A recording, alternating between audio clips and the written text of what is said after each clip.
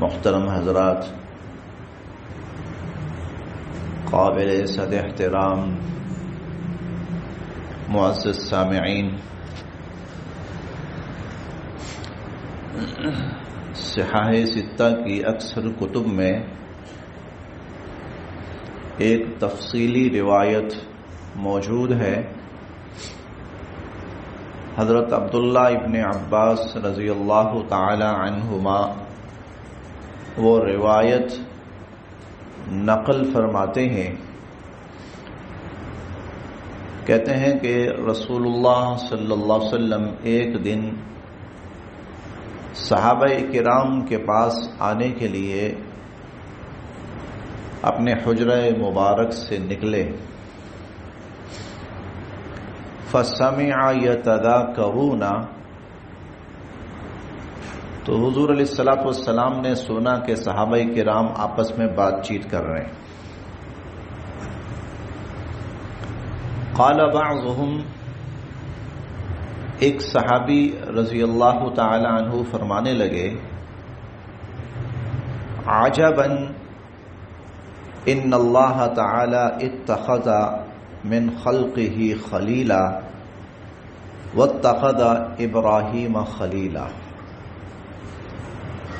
بڑے تعجب کی بات ہے، کتنی حیرانگی کی بات ہے کہ اللہ رب العزت نے اپنی ساری مخلوق میں سے اپنا ایک خلیل چنا اور وہ سیدنا حضرت ابراہیم علیہ السلام کو اپنا خلیل بنایا۔ وقال آخر، دوسرا کہنے لگا، اس سے بھی زیادہ تعجب کی بات یہ ہے کہ اللہ رب العزت نے حضرت موسیٰ علیہ السلام سے کلام فرمایا اور انہیں اپنا کلیم بنایا۔ تیسرا کہنے لگا، ہاں، اور اسی طرح عجیب اور حیران کن بات یہ ہے کہ اللہ رب العزت نے حضرت عیسیٰ علیہ السلام کو روح اللہ اور کلیمت اللہ بنایا۔ چوتھا کہنے لگا، اور اللہ رب العزت نے حضرت آدم علیہ السلام کو صفی اللہ، اپنا چنا ہوا بندہ بنایا۔ یہ باتیں صحابہ کرام کر رہے ہیں اور حضور علیہ الصلوۃ والسلام تھوڑے سے فاصلے پر ان کی یہ گفتگو سن رہے ہیں۔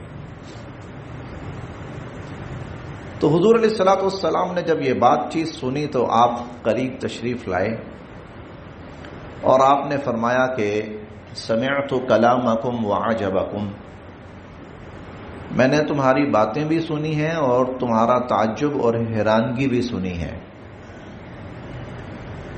ان اللہ اتخذ ابراہیم خلیلا وہو کذالک، اللہ رب العزت نے سید ابراہیم علیہ السلام کو خلیل بنایا اور یہ ایسا ہی ہے۔ وموسیٰ نجی اللہ، اور موسیٰ علیہ السلام کو اللہ نے نجی اللہ بھی بنایا اور کلیم اللہ بھی بنایا، وہو کذالک، اور ایسا ہی ہے۔ اور وجعل عیسیٰ روح اللہ وکلمتہ، اور عیسیٰ علیہ السلام کو روح اللہ اور کلمت اللہ بنایا، تو ایسا ہی ہے، وہو کذالک۔ اور آدم علیہ السلام کو اللہ رب العزت نے منتخب فرمایا اور چنا، وہو کذالک، ایسا ہی ہے۔ پھر حضور علیہ الصلوۃ والسلام نے فرمایا، الا سنو، وَإِنَّ صَاحِبَكُمْ حَبِيبُ اللَّهِ، اور تمہارے جو ساتھی، یعنی اپنے بارے میں فرمایا کہ میں اللہ کا حبیب ہوں اور اللہ نے مجھے اپنا حبیب بنایا ہے۔ اسی کو ہماری اردو زبان میں محبوب بھی کہا جاتا ہے، یعنی اللہ نے مجھے اپنا محبوب بنایا ہے۔ کلام کسی سے بھی ہو سکتا ہے، دوستی کسی سے بھی ہو سکتی ہے، عزت، رفعت، بلندی کسی کو بھی دی جا سکتی ہے، لیکن محبوب کسی ایک کو بنایا جاتا ہے۔ یہ سب سے اونچا درجہ ہوتا ہے کہ کسی کو اپنا محبوب بنا لیا جائے۔ محبوب بنانے کا مطلب کیا ہوتا ہے؟ یہ پسند آ گیا، اس میں نے بات کرنی ہے تھوڑی سی ذرا تفصیل سے انشاءاللہ العزیز. اور جو محبوب ہوتا ہے، جس کو محبوب بنا لیا جائے اور جو محبوب ہو جائے، اس کا پھر سب کچھ محبوب ہو جاتا ہے. وہ خود بھی محبوب ہوتا ہے، اس کی عادتیں بھی محبوب ہوتی ہیں، اس کا نام بھی محبوب ہوتا ہے، اس کا گھرانہ بھی محبوب ہوتا ہے، اس کے دوست ساتھی بھی محبوب ہوتے ہیں، اس کی زمین بھی محبوب ہوتی ہے. ہر چیز پھر اس کے ہاں، اللہ کے ہاں پھر محبوب اور پسندیدہ بن جاتی ہے. چنانچہ جب حضور علیہ الصلوۃ والسلام اللہ کے محبوب ہو گئے اور اللہ نے حضور علیہ الصلوۃ والسلام کو اپنا محبوب بنا لیا، تو پھر حضور علیہ الصلوۃ والسلام سے وابستہ جو کچھ بھی تھا وہ سب کا سب اللہ رب العزت کے ہاں محبوب ہو گیا. جس گھرانے میں حضور علیہ الصلوۃ والسلام نے آنکھ کھولی وہ گھرانہ بھی محبوب ہو گیا. جس گود میں حضور علیہ الصلوۃ والسلام نے آنکھ کھولی وہ گود بھی محبوب ہو گئی. جس سلسلہ نسب میں حضور علیہ الصلوۃ والسلام نے سفر فرمایا وہ سلسلہ نسب بھی محبوب ہو گیا. جن راستوں سے حضور علیہ الصلوۃ والسلام چلے وہ راستے بھی محبوب ہو گئے. جن چیزوں کی طرف حضور نے اشارہ فرمایا وہ چیزیں بھی محبوب ہو گئیں، اور جن کپڑوں کو حضور نے استعمال فرمایا وہ کپڑے بھی اللہ کے ہاں محبوب اور پسندیدہ ہو گئے.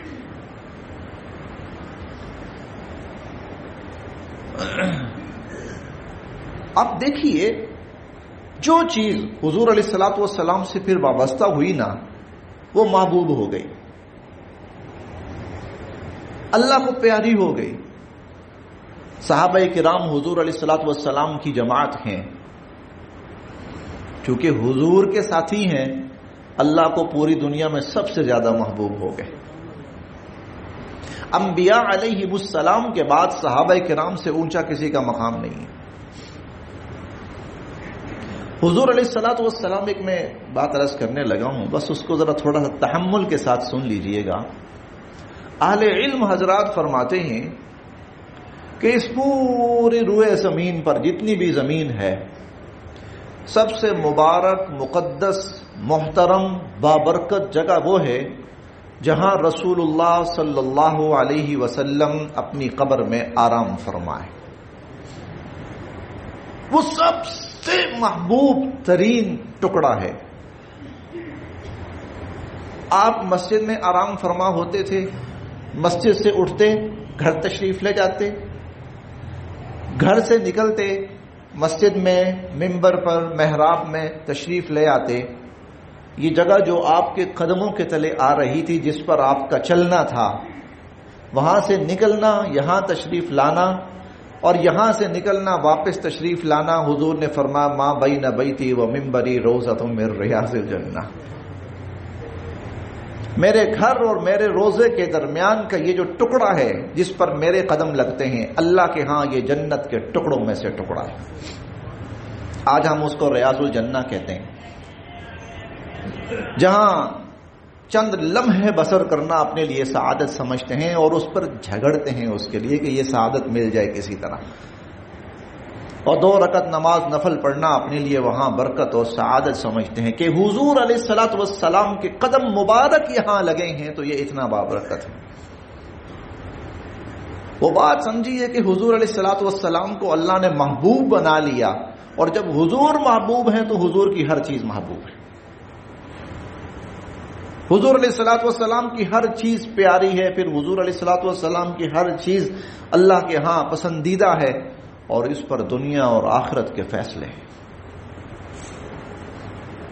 پھر حضور علیہ الصلوۃ والسلام کے طور طریقے، عادات، شکل و شباہت یہ سب پیاری ہے، اللہ کے ہاں پسندیدہ ہے، اللہ رب العزت کے ہاں محبوب ہے. حضور علیہ الصلوۃ دیکھیں پھر اتنی محبوب ہے اللہ کے ہاں، اتنی محبوب ہے کہ اس وقت روئے زمین پر ایک ہستی ایسی ہے کہ اس کا ایک عمل دنیا اپنائی ہوئے ہے اور دنیا اس پہ عمل کر رہی ہے. دنیا اپنائے ہوئے ہے. ایک ہستی وہ رسول اللہ صلی اللہ علیہ وسلم کی ہستی ہے کہ آپ کا کوئی بھی عمل کسی بھی شکل میں کسی بھی انداز میں تھا, پوری دنیا میں آج لوگ اپنائے ہوئے ہیں اس کو. پوری دنیا کے اندر ہاں لوگ اس کو اپنائے ہوئے ہیں. کھانا کھانے کا طریقہ, بیٹھنے کا طریقہ, اٹھنے کا, چلنے کا, مسکرانے کا. بلکہ 1400 سال پہلے رسول اللہ صلی اللہ علیہ وسلم کوئی بات کرتے ہوئے مسکرا پڑے تھے. دنیا جب اس بات کا تذکرہ کرتی ہے, محدثین عظام جب اس حدیث کو بیان کرتے ہیں تو بیان کرتے کرتے وہاں مسکراتے ہیں کہ حضور علیہ الصلوۃ والسلام یہاں مسکرائے تھے. حضور اللہ کے محبوب ہیں, اسی لیے حضور کی ہر چیز, ہر عمل, ہر طریقہ وہ اللہ کے ہاں محبوبیت کی صنعت پا گیا اور پوری دنیا میں رائج ہو گیا. اپنی کم علمی کی وجہ سے نا ہم لوگ اپنی کم علمی کی وجہ سے بعض چیزوں کو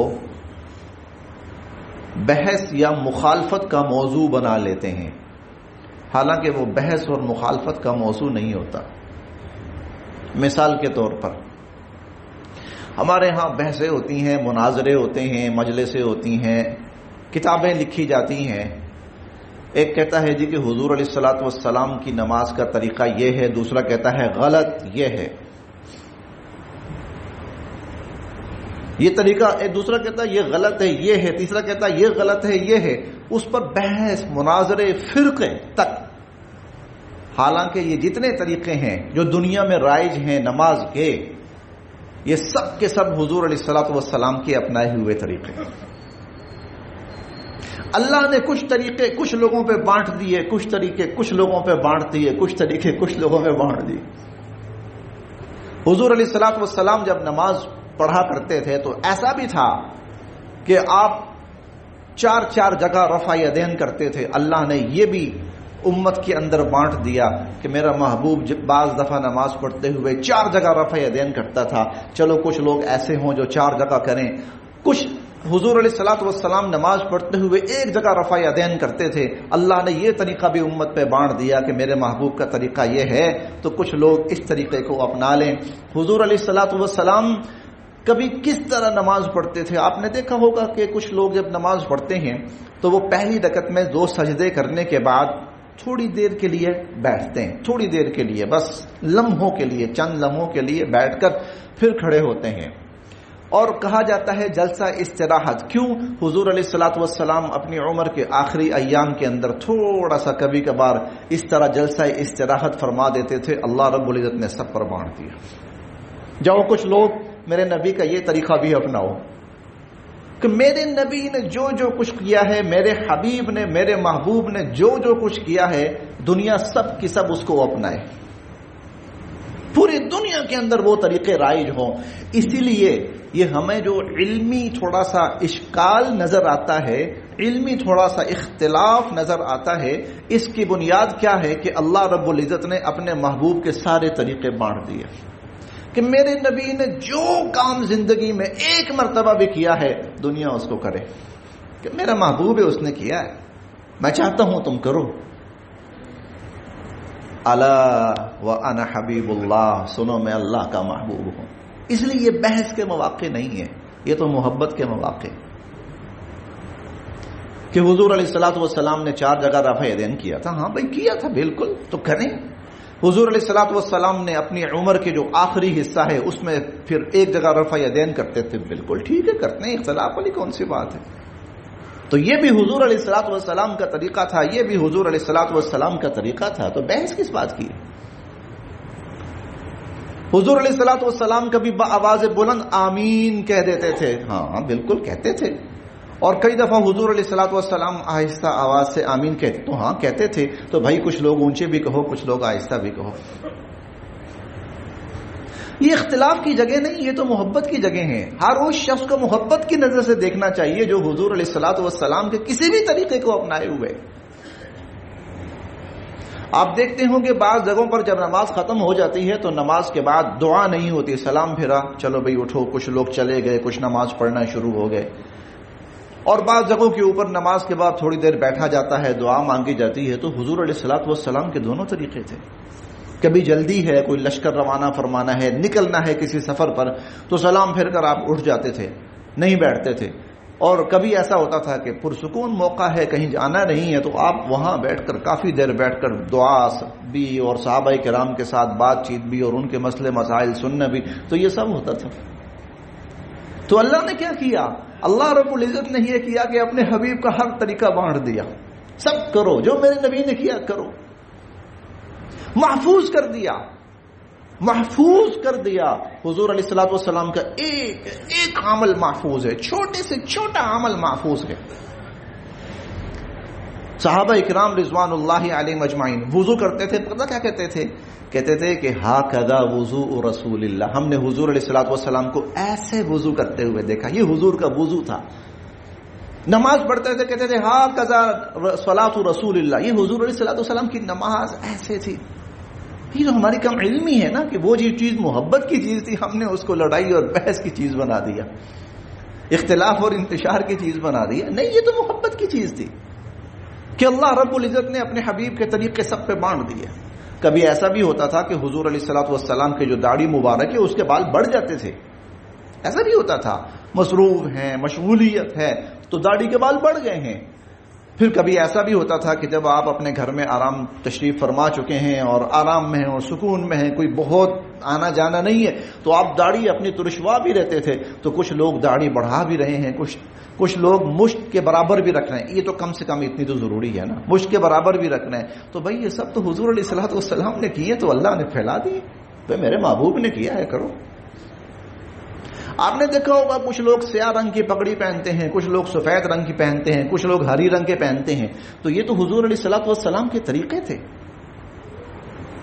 آپ جب سفر پہ تشریف لے کے جاتے تھے تو سیاہ رنگ کی پگڑی پہنتے تھے، کیونکہ سفر میں گرد و غبار، مٹی وغیرہ ہے، وہ خراب ہونے کا اندیشہ ہے. تو سیاہ رنگ کی پگڑی پہنتے تھے حضور علیہ الصلوۃ والسلام سفر پہ جاتے ہوئے کہ ذرا سفر میں جلدی گندا نہیں ہوگا کپڑا.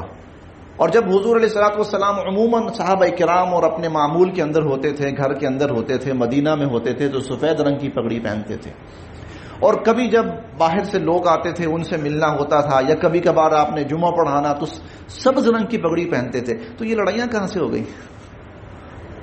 تو اللہ نے اپنے حبیب کے طریقے بانٹ دیے سب میں کہ یہ میرا محبوب ہے، اس نے جو عمل کیا ہے مجھے پسند ہے، اس کی زبان مبارک سے جو لفظ نکلا ہے مجھے پسند ہے.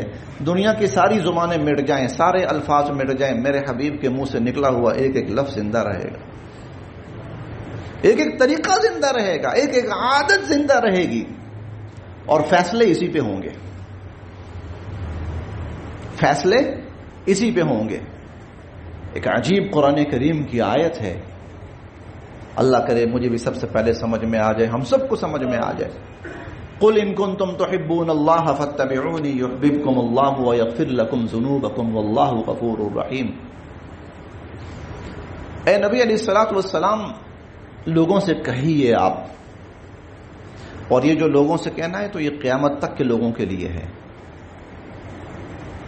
ان کنتم تحبون اللہ فاتبعونی، تم جانتے ہو میں کون ہوں، میں اللہ کا محبوب ہوں.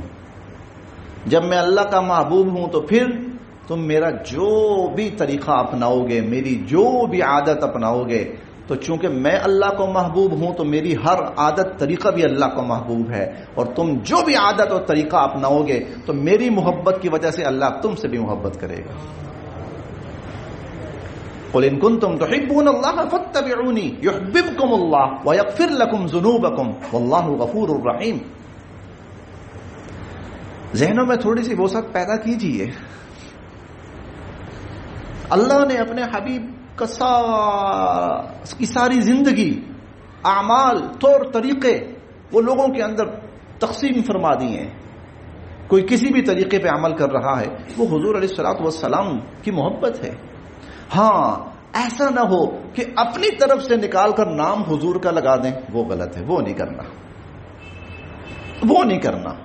ہاں لیکن جو چیز حضور علیہ الصلوۃ والسلام سے مسنون ہے، ثابت ہے، جو آپ نے کیا ہے، وہ جو آپ نے کیا ہے، ارے وہ تو محبت ہے.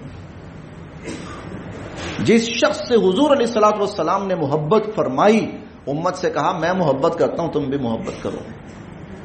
ہاں، دو نواسے تھے، حضرت حسن اور حضرت حسین رضی اللہ تعالی عنہما وارضاہما، سیدہ شباب اہل الجنہ. تو ان کے بارے میں فرمایا اللہم انی احبہما، اے اللہ میں ان سے محبت کرتا ہوں، اور جب میں ان سے محبت کرتا ہوں تو فاحبہما، تو پھر آپ بھی تو محبت کیجیے نا ان سے.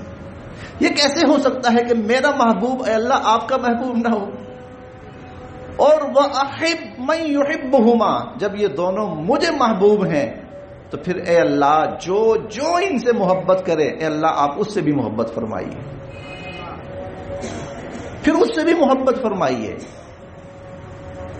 کیا تھا؟ میں اللہ کا حبیب ہوں. حضور علیہ الصلوۃ والسلام نے، میں اللہ کا حبیب ہوں. اور محبوب جو ہوتا ہے، محبوب کا ہر عمل پیارا ہوتا ہے، پسند ہوتا ہے، اور اس کا ہر عمل، اس پر دنیا کی نعمتیں نچھاور کی جاتی ہیں. میں دنیا کی بات کر رہا ہوں. کہتے ہیں نا جس سے محبت ہوتی ہے اس کی ایک ایک ادا پر انسان پتہ نہیں کیا کچھ کرتا ہے. تو یہ تو اللہ کے محبوب تھے، ان کی ہر ادا پر اللہ رب العزت نے جنت کے فیصلے فرمائے، دنیا کی نعمتوں کے فیصلے فرمائے. صحابہ کرام کو یہ بات سمجھ میں آ گئی تھی، صحابہ کرام کو یہ بات سمجھ میں آ گئی تھی کہ حضور علیہ الصلوۃ والسلام اللہ کے محبوب ہیں، اور آپ کی جو ادا اپنائی جائے گی وہ جنت میں لے کے جائے گی. سمجھ میں آ گئی تھی ان کو یہ بات.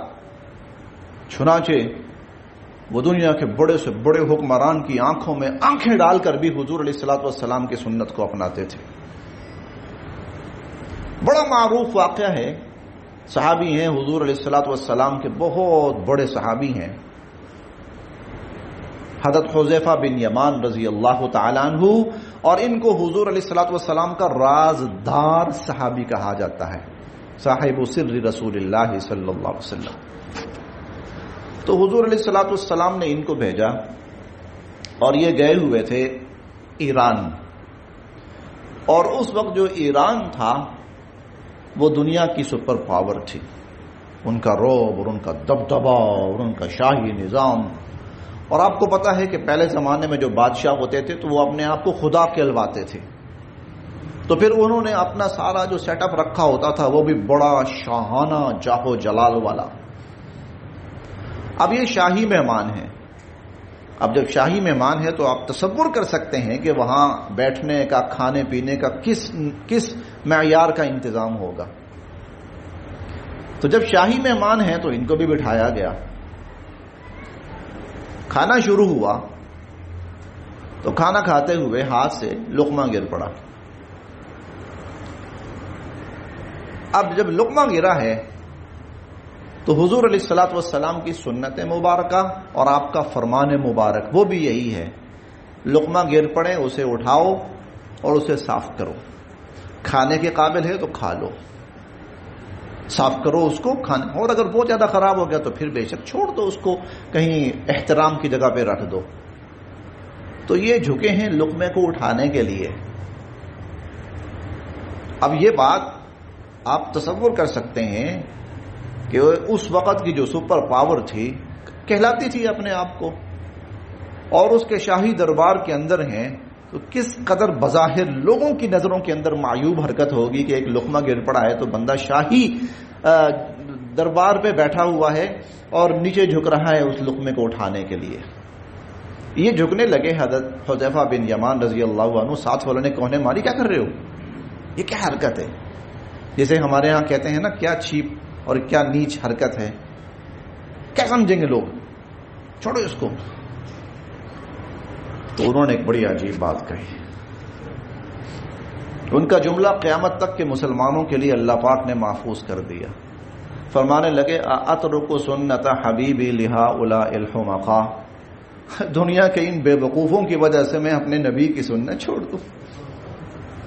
وہ سمجھ گئے تھے کہ حضور کی سنت دنیا کی نظروں میں اس کی جو مرضی وقت یا حیثیت ہو، اللہ کے ہاں محبوب ہے، اور اللہ کے ہاں محبوب ہے تو ایک سنت کی ادائیگی پر جنت کے فیصلے ہو سکتے ہیں۔ یہ دنیا کے حکمران اور دنیا کے یہ لوگ، ان کی کیا حیثیت ہے؟ تو کیا تھا کہ حضور علیہ الصلوۃ والسلام اللہ کے محبوب ہیں۔ جب اللہ کے محبوب ہیں تو حضور کی ہر چیز اللہ کو محبوب ہے۔ حضور علیہ الصلوۃ والسلام پہ درود پڑھنا دیکھ لیں، کتنے بڑے درجے کی عبادت ہے، کتنے بڑے درجے کی عبادت ہے کہ جب کوئی بندہ درود پڑھتا ہے اور کہیں دور سے پڑھتا ہے تو اللہ نے فرشتوں کی پوری ایک جماعت دنیا میں پھیلائی ہوئی ہے۔ ان للہ سیاحین فی الارض، اور ان کی ذمہ داری صرف یہ ہے جہاں کوئی بندہ درود پڑھے تو وہ درود لو اور لے کر حضور علیہ الصلوۃ والسلام کی قبر مبارک پہ جاؤ۔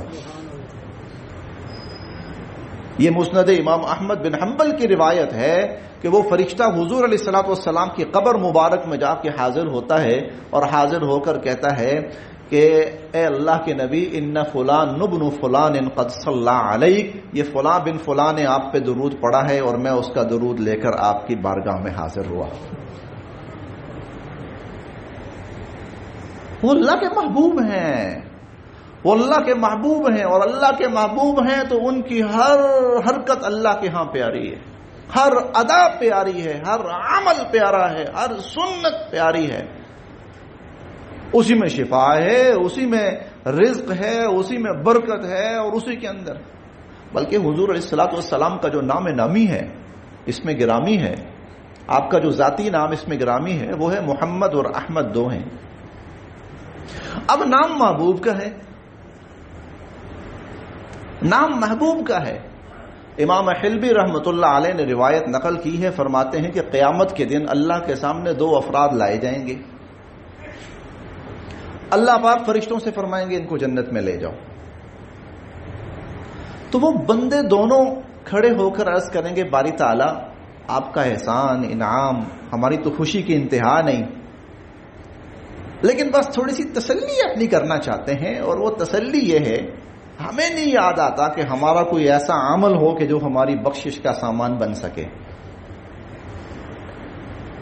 ہم تو کسی طور پر اپنے آپ کو جنت کا مستحق نہیں سمجھ رہے، کوئی ایسا عمل بھی ہماری نظروں میں نہیں آ رہا کہ جو ہمارے جنت میں لے جانے کا سبب بن سکے، بس صرف اپنی تسلی کے لیے پوچھنا یہ چاہتے ہیں آپ کا فیصلہ، ہماری تو سنور گئی آخرت، لیکن صرف تسلی کے لیے پوچھنا چاہتے ہیں ہماری بخشش کا سبب کیا ہے؟ تو حضور علیہ الصلوۃ والسلام فرماتے ہیں، اللہ تعالیٰ فرمائیں گے تمہارے نام کیا ہیں؟ کہیں گے ایک کہے گا محمد اور ایک کہے گا احمد، تو اللہ تعالیٰ فرمائیں گے میری رحمت سے بعید ہے کہ جن کا نام محمد اور احمد ہو ان کو جہنم کی آگ کے حوالے کرو۔ وہ محبوب ہے جس دسترخوان پہ برکت، اس نام کا، حضور علیہ الصلوۃ والسلام کے نام کا فرد بیٹھا ہو جس دسترخوان پر، فرشتے 2 دن تک ان دسترخوان والوں کی تعریف کرتے رہتے ہیں۔ جس دسترخوان پر حضور علیہ الصلوۃ والسلام کے نام نامی کا کوئی شخص بیٹھا ہوا ہو، اللہ پاک ان کھانے والوں کے کھانے میں دگنی برکت عطا فرما دیتے ہیں۔ جس مشورے کے اندر حضور علیہ الصلوۃ والسلام کے نام نامی کا کوئی فرد بیٹھا ہوا ہو تو اللہ پاک ان لوگوں کے مشورے میں خیر و برکت فرما دیتے ہیں۔ یہ اللہ کے محبوب ہیں۔ تو حضور کا جو عمل، آپ کا نام نامی، آپ کی عادات، آپ کی صفات، آپ کے طور طریقے، آپ کے احکامات، آپ کے فرامین، سب کے سب اللہ کے ہاں محبوب اور پسندیدہ ہیں۔ ہاں اگر ہم اب اللہ کے محبوب اور پسندیدہ بننا چاہتے ہیں تو ہمارے پاس صرف ایک طریقہ ہے، وہ حضور علیہ الصلوۃ والسلام کا کامل و مکمل دامن تھام لے۔